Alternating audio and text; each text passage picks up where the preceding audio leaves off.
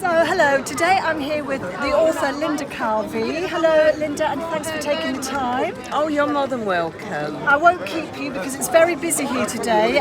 We're in Essex and Linda is promoting her new book. So what's the name of your new book? My new book is The Game. It's a fiction book based quite a bit on reality. And it's not your first book? No, this is my third book, but my second fiction novel. Right. And it's going very, very well. And I'm glad after all the years that I was in prison that I've now got an honest profession and something that I really enjoy doing. And I have to say, I've been reading the reviews. The reviews are excellent. And Linda has a huge fan in Martina Cole. How did that happen? Well, I've known Martina Cole for several years. Right. And she said to me, send your book. If it's crap, I'll say it's crap. Right. But if it's not, so I sent it and she said to me, this was The Locksmith. Linda, you're going to kick my ass. And I said, I think I've got to go a long way to kick your ass, Martina, you're the queen. And she has also done the same with this one. So she's really promoted it, and I have to say, if Martina Cole is saying it's an excellent book, I mean, you're not going to get better than that. How long does it take you to actually write a book from beginning to end? Well, when I first got my contract, I foolishly said 8 weeks, but it actually takes getting on for a year. So it really does take nearly a year. And do you have a routine? I mean, do you set yourself that you get up early in the morning? You do? No, I don't. Okay. And I do the same as Martina does. I might wake up in the night and think, oh, that's a good bit to put in my book, and I'll jump up and I'll jot it down. I might not do anything for 3-4 days, and then I might decide, yes, I'm going to sit down and I might do sort of 20 pages. Right. So it's as it comes into your mind.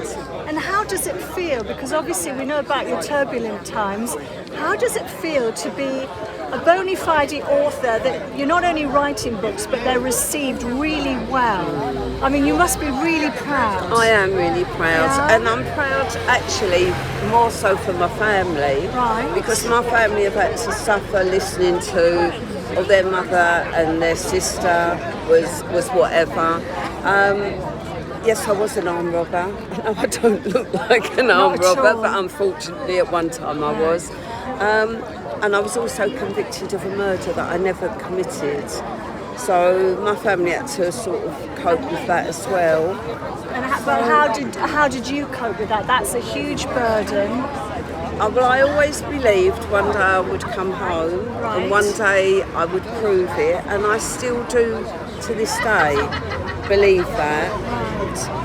And so your life being completely turned around like this, not only does it give you a huge sense of pride, but also for your family an enormous... My family are so proud now that they said instead of reading all these really bad headlines, that now the headlines are author, fantastic book, etc., etc. So I'm really pleased. I'm only sad that my parents weren't alive to see it, because I know they would have loved that.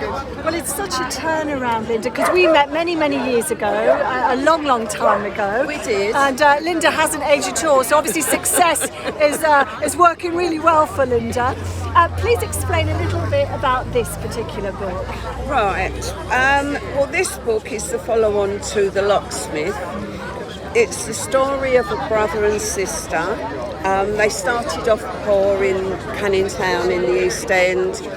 They went through a lot of turbulent times, and the sister, being very, very canny, decided that she would take her brother down a crooked path. He was actually a locksmith, but an honest one. And she built an empire. By the end of the first book, they are major players in Marbella, in the drug scene.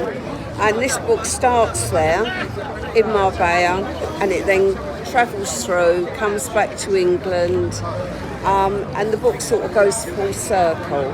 But it is left open that we can bring you again, and I think we will because everybody loves her. And is there anything of you, your personality, in this book? Yeah, there is a little bit. Just a smidge. Yeah, I knew smidgen was the word I was looking for. Just a smidge. And I'm really hoping, actually saying this to you, that these are going to become Netflix series. So you being an actress, you would be perfect. Wow, you heard that first. I mean, that's like a verbal contract as far as for an actor. But You'd make a fabulous Ruby. Oh, thank you. Well, I'm blushing. Well, almost blushing. Or is it the heat here? Can I just say, it was actually what was going to be my next question, because it seems to be the natural progression to then take it into movies, doesn't it? Yes. Oh, well, I'm so looking forward to it. Do you know what? I wanted to buy a new house, and I'm feeling much more calm about that. I just want to ask you one last question, because there are a lot of people around here today. Linda is very popular, her books are very popular, so I don't want to take up too much more. Since writing the books, what is the thing that stood out the most to you, that's happened to you since then, that you're most proud of? I just think I'm so pleased that people have received my work so well. Yeah. Obviously, I thought they were good, Yes. but to get the accolades that people have said about them. In fact, one critic has stated that this book is on par with The Godfather. Well, what an accolade that is. Well, that is huge. Well, I have to say, I've been looking through the reviews online. I have to say to anybody who's thinking of buying this book, don't think about it. Please go out and buy this book. The reviews are brilliant. We're not just saying that. You can go online and have a look and just enjoy. And Linda, thank you so much again for your time. Thank you so much. Thank you.